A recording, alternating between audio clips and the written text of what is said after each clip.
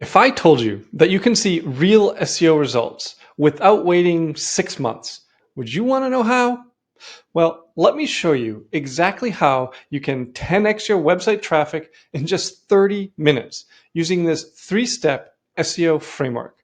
My client used this exact method to increase his traffic by 10 times last month without spending a dime. And the best part, I put together all the templates and resources you need inside my school community, link in the description.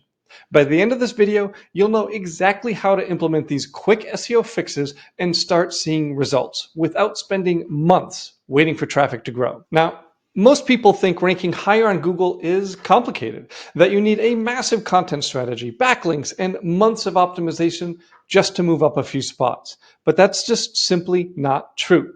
The biggest SEO wins don't come from adding more, they come from fixing what's already there. But here's the thing. You don't need to fix everything at once. There are just a few key areas on your page that make or break your rankings. And if you get them right, Google will naturally start pushing your page higher. So let's start with the first one. Most people get this completely wrong. They spend time tweaking their design, adding fancy elements to their site, or even writing longer articles, thinking that's what Google wants. But here's what actually moves the needle. The first critical element is your first paragraph. Google's algorithm now prioritizes what I've called goal completion, meaning does your content answer the searcher's question immediately? Google doesn't care if you keep people on your site longer. They don't care how many words your article has.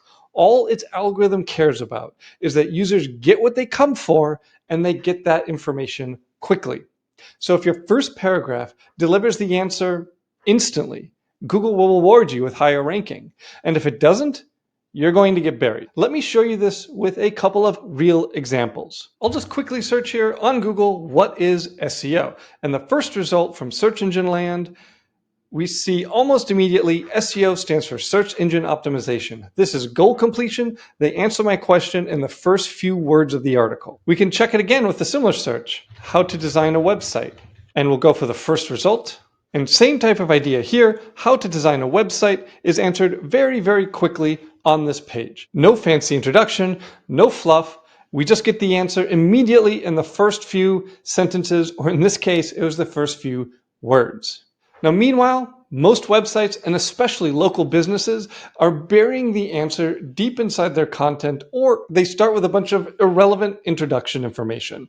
Long, flowery introduction that people said you needed years ago to hold engagement. And that brings me to the next biggest factor. Even though your first paragraph is now perfect, Google still needs to know what your page is actually about. And that's where your title tag and your H1 tag come in. Your title tag reinforces with Google what your page is about. So many local businesses I see have their title tag set to the word home because that was the default in the website builder. This is very confusing to Google. You will almost always rank first for a search of your title tag, so make sure it's what you want to rank for. And your H1, this reinforces what your page is about. If your H1 doesn't match the search intent, Google won't trust your content. Now, let's go back to the what is SEO search. Here, we can see that the title tag and the H1 tag both perfectly match this target search. Compare that to a local business website with the title tag home or our services. Google has no idea what they do, so those sites won't rank. And here's the best part. You don't need to write new content or change your entire website. Just by fixing your first paragraph, your title tag, and your H1, you can give Google exactly what it needs to move your page higher. Now, even if you nail these three elements, there's still one final piece that determines whether you stay stuck or you start climbing the rankings. Let me show you that critical third part. Have you ever searched for something on Google and noticed a pattern in the search results? For example, if you go onto Google and you search black dress, every single result is an e-commerce page. The results for this search are shopping. That means if you write a blog article about black dresses, you're never going to rank. Why?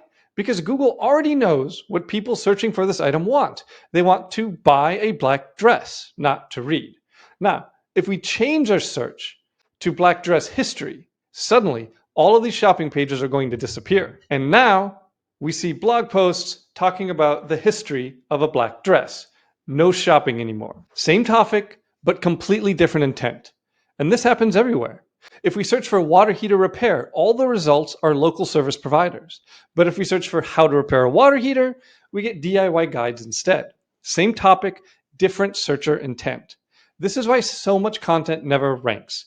People write about what they want to write about instead of matching what Google already knows searchers want to see.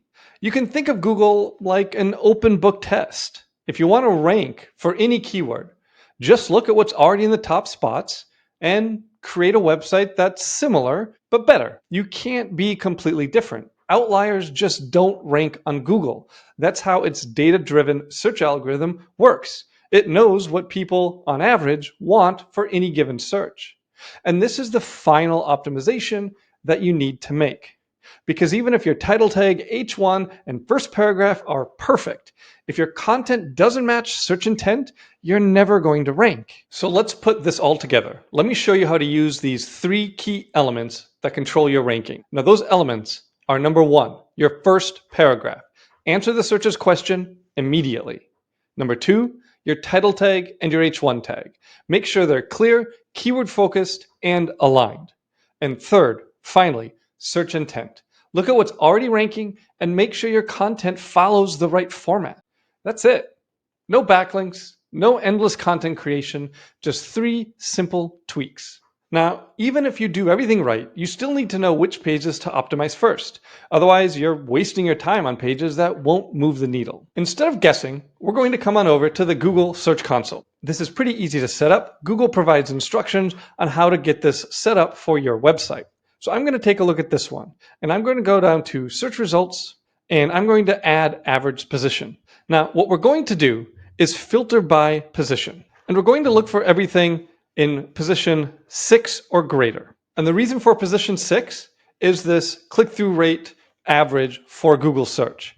In search position 6, we have 4.4 clicks. So for 1,000 searches, we're going to get 44 clicks. If we move this even a little bit to position 3 with 10.2%, now for 1,000 searches, we're going to get 102 clicks. That's over twice as many clicks just for moving up a couple of positions. And once we get lower than position 6, this click-through rate levels out and goes basically to 0. So this is the goal. We're going to find keywords where we're in position 6 or lower, not too low. We still want to be within the first 15 results or so. And we're going to work to get them up to position 3, 4, 2, just slight increases, which will significantly increase traffic. So what we're going to look at is we come down here and we can see all of these keywords that we're in the top 6 for. And look through this list for your own website and think about which query you might want to try to push up to get more traffic from it. Let's try carrier replacement parts. So we can click on this search phrase there, and once it loads, we see pages, and now we can look at the pages. So these are all of the pages on this domain that Google has indexed for this keyword. We clearly care about this one here because it is getting clicks and impressions. The others are not. So we'll click on this top page, and now I'm going to get rid of the query by Xing that out here. So now I can see all of the queries that this page is currently ranking for. And remember, we're looking for carrier replacement parts here on position 6. The challenge that we have is if we optimize for carrier replacement parts, we might lose rank position that we have for other keywords. In this case, we might lose carrier HVAC parts or carrier parts. So when we're choosing which page to optimize for which keyword, we want to make sure that we find a page that isn't getting much traffic other than the target keyword we're going to optimize for. This one, not quite right. So I'm going to click out of this and head back to my queries and again, filter by position. And here again, I'm just looking for a keyword that I'm interested in ranking higher for. Maybe mini split dual zone this time. We'll take a look and see if this keyword matches what we're looking for.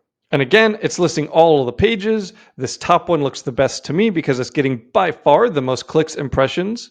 And now I'm going to remove this query so I can see all of the queries this page is ranking for. And what we see, dual zone mini split, 2-zone mini split, very, very similar keywords.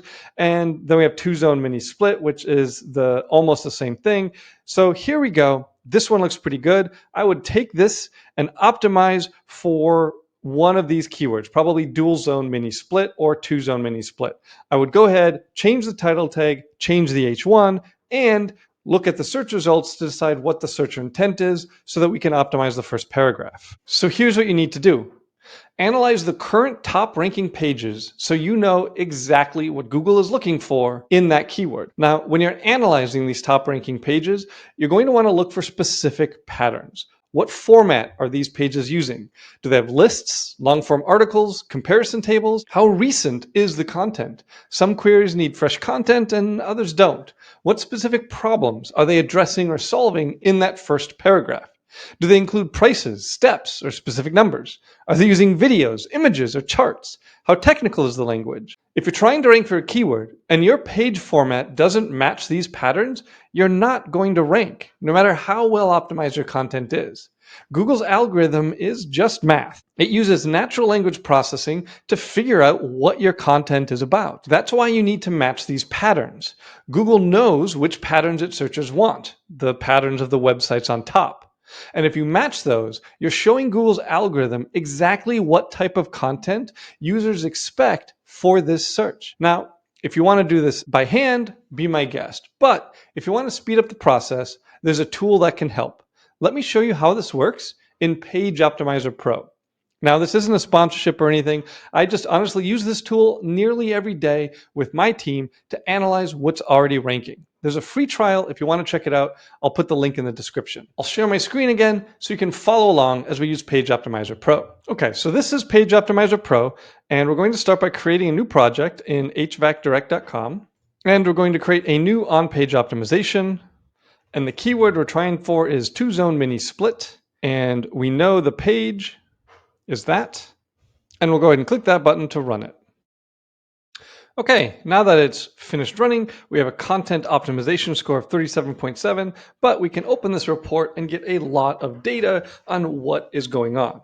So the first thing to notice up here is it is giving us a target word count based on the websites that are on top of Google's rank, and it compares this to our word count. So we need to add about 500 words to this content to be where we want it to be. We also know that we do not use two-zone mini split in the title tag. So that would be something that we definitely want to go and fix. We can also see in the subheadings, we're not using quite as many as we want to for some of these other terms. And again, these are based on the other search results, what types of headings, what types of words, the patterns that are in their headings, and comparing it to our content. And here in main content, this is where it gets really interesting. For example, if we look at this one for mini split, we're using it 25 times. Based on the sites that are ranking well, we should be using it between 1 and 7. So we should edit this content to reduce the amount of times we're using the phrase mini split, and on and on and on. We can see all of these keywords with these lights on here in terms of how many we're using it and how many we should be using it. We can also take a look at page structure to give an idea of bold tags. We have too many bold tags. We have about right for the italic. We can see we have a good number of images, 174, and we should be using between 19 and 177. We have some good lists, and forms, we probably want to use a bit fewer forms. Okay.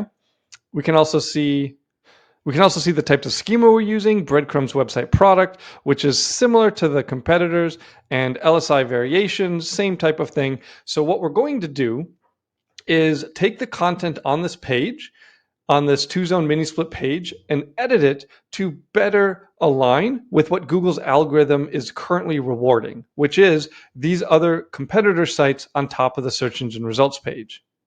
And we can look at this custom strategy, and we can adjust which competitors we're analyzing against. We can adjust what type of approach we want to take. And this just basically gives us the recommendations for exactly how to edit this content so that it will rank higher. And it even prioritizes these recommendations by high, medium, or low. Now, once we make those changes, with a bit of patience, we should start seeing movement within a few weeks.